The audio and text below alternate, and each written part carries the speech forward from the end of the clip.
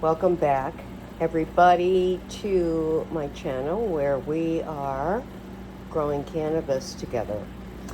As you can see already, I have changed up my tent by removing my problematic girl, the one that was so stunted, so yellowed, that I don't believe calcium and magnesium are the initial problem, although the plant could use probably a little extra dose of that. But this kind of yellowing and spotting and necrosis of the leaves on that particular plant made me believe that this is something called Septoria. Never dealt with it before, but because that one plant seemed to have gotten overwatered and sitting in its water long enough to create some root rot. And I think that's what traveled up the plant. And this is a bacterial spore related disease of the plant. It has nothing to do with its environment other than the act of overwatering.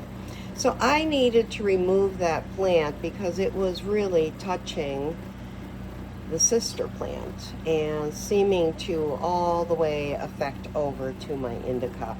So it really was doing nothing in terms of producing bud.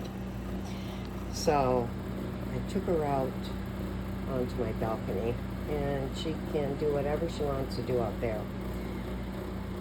And even the fact that I would open my tent and I couldn't smell cannabis.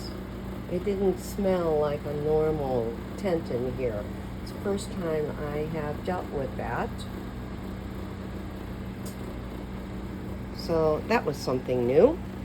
And hopefully the other two plants here will be able to bounce back with this recent separation. We are now in day 50.